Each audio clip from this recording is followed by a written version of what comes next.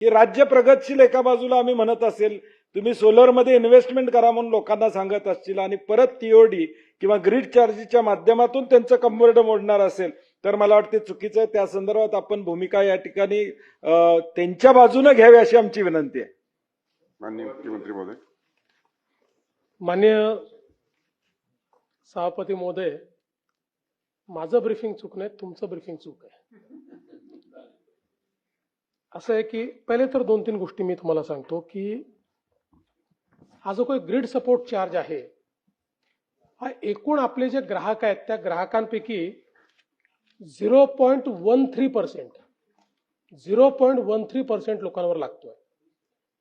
आणि हा आपल्याला माहिती आहे की एक क्षमता आपण ठरवली होती 2020 साली आपल्याला पहिल्यांदा ग्रीड सपोर्ट चार्ज लावण्याचे MERCने आदेश दिले होते. पण आदेशात असं म्हटलं होतं की 2000 मेगावॅट पूर्ण झाले की ग्रीड सपोर्ट चार्जेस चालू करा.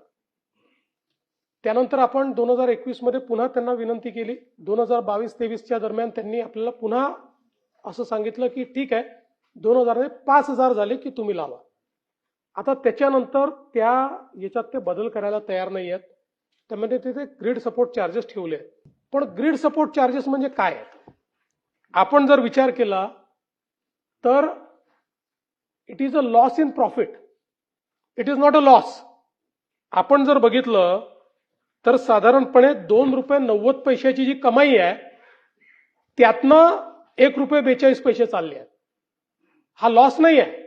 प्रॉफिट जे आधी जास्त मिळत होतं ते प्रॉफिट आता थोडं कमी झालं. आणि ते का कमी झालंय याचं कारण आपल्याला माहिती आहे की हा ग्रीड सपोर्ट चार्ज लावायला का सांगितला.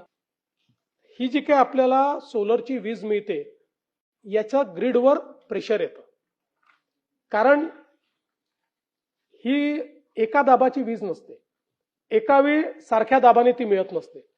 म्हणून याचं ग्रीडवर प्रेशर येतं आणि ते प्रेशर आल्यामुळे जो काही खर्च आपल्याला वाढतो तो खर्च कोणावर जातो, सामान्य ग्राहकावर जातो.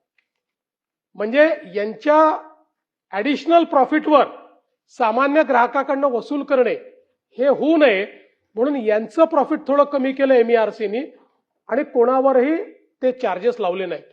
आणि हे सगळं करून जसं मी सांगितलं 0.13% ग्राहकांवर केवळ हे चार्जेस लागले आहेत.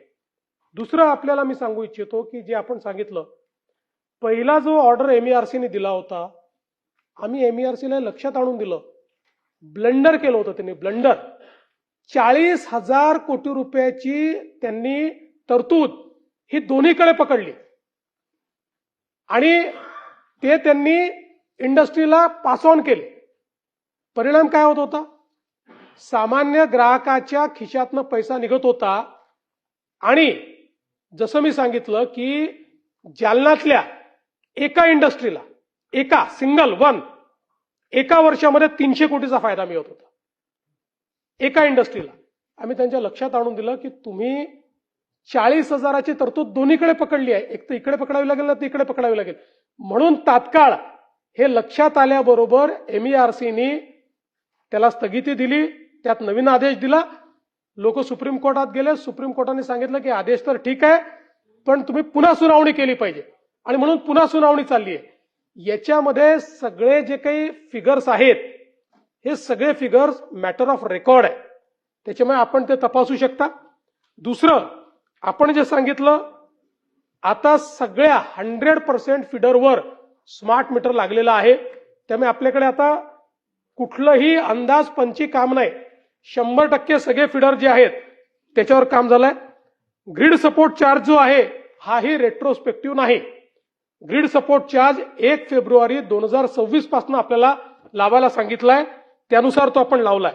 आणि पुन्हा एकदा सांगतो की आपण जर बघितलं तर या ठिकाणी जे काही 25-26 मध्ये आपले जे विजेचे दर आहे, तमिळनाडू ₹9.30, तेलंगणा ₹9.20, मध्य प्रदेश ₹8.27, महाराष्ट्र ₹8.19, उत्तर प्रदेश ₹8.15, गुजरात आपल्यापेक्षा आता कमी आहे, तो ₹7.87 आहे. पण आता आपण दरवर्षी कारण आपलं आता मल्टी इयर टॅरिफ झालेलं आहे. मल्टी इयर टॅरिफमध्ये दरवर्षीचं 2030 पर्यंतचं टॅरिफ हे आता आपलं फायनल झालंय. आता 2029-30 मध्ये काय परिस्थिती राहील? 29-30 मध्ये अगदी या राज्यांनी भाव वाढवले नाही तरी महाराष्ट्राचं टॅरिफ असेल ₹7.43, जे आत्ताच्या आपल्या वाढीच्या कलानुसार, जे गेल्या 20 वर्षातला वाढीचा कल आहे त्यानुसार ते ₹14 असायला पाहिजे होतं, ते ₹7.43 MERCने आता फिक्स केलाय. त्यामुळे 2029-30 मध्ये आपण सगळ्यात कमी असू. आजही जे आपल्याला सांगितलं जात आहे, एक जर गुजरात सोडला तर बाकी सगळ्या राज्यांपेक्षा आजही आपण कमी आहोत आणि 2च वर्षामध्ये आपण गुजरातपेक्षा कमी जाऊ. 2 वर्षानंतर जे टॅरिफ आपल्याला दिलेलं आहे ते आपलं गुजरातपेक्षा कमी होत आहे. आणि म्हणून मला असं वाटतं की हे जे सातत्याने सांगितलं जातं की महाराष्ट्रातलं टॅरिफ हाय आहे, मला आपल्याला सांगायचं आहे की जर महाराष्ट्रातलं टॅरिफ हाय असतं, आपल्याला आश्चर्य वाटेल. आपल्याकडे उद्योगांमध्ये विजेचा वापर हा प्रचंड वाढलेला आहे आणि सगळ्यात मोठा रेकॉर्ड तर असा आहे की गेल्या 2 वर्षांमध्ये विजेची एकूण मागणी 20% वाढली आहे. 20%. 20% कशाला म्हणतात? पूर्वी 10 वर्षात 20% वाढत नव्हती. याचा अर्थ असा आहे की उद्योगही येत आहेत, विजेचं कन्झम्पशनही वाढतंय.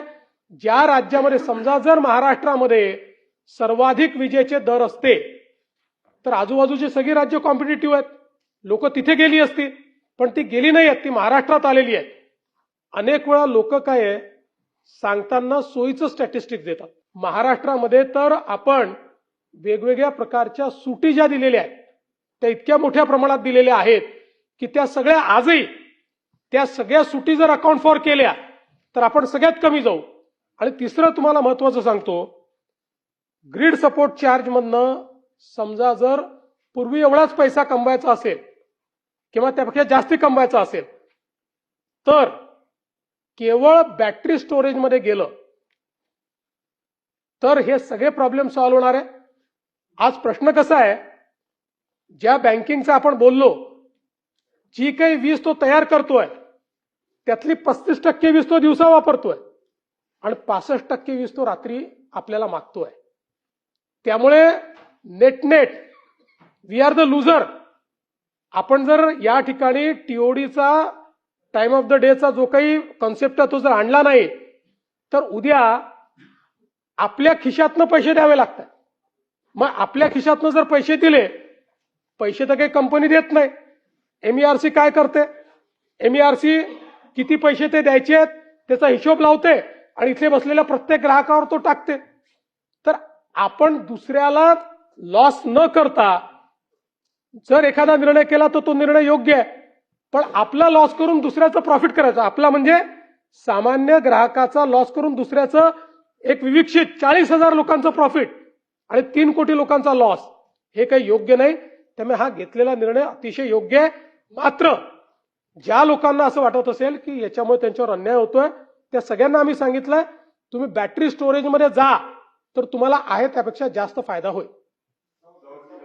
आणि तिसरं आपण जे सांगितलं, मागच्या वेळेस मी हे जे सगळे सोलर ऑपरेटर आहेत त्यांची बैठक घेतली, मी जे कबूल केलं होतं त्या संदर्भातली बैठक झाली. आपण म्हणता तशी पुन्हा एक बैठक घेतली.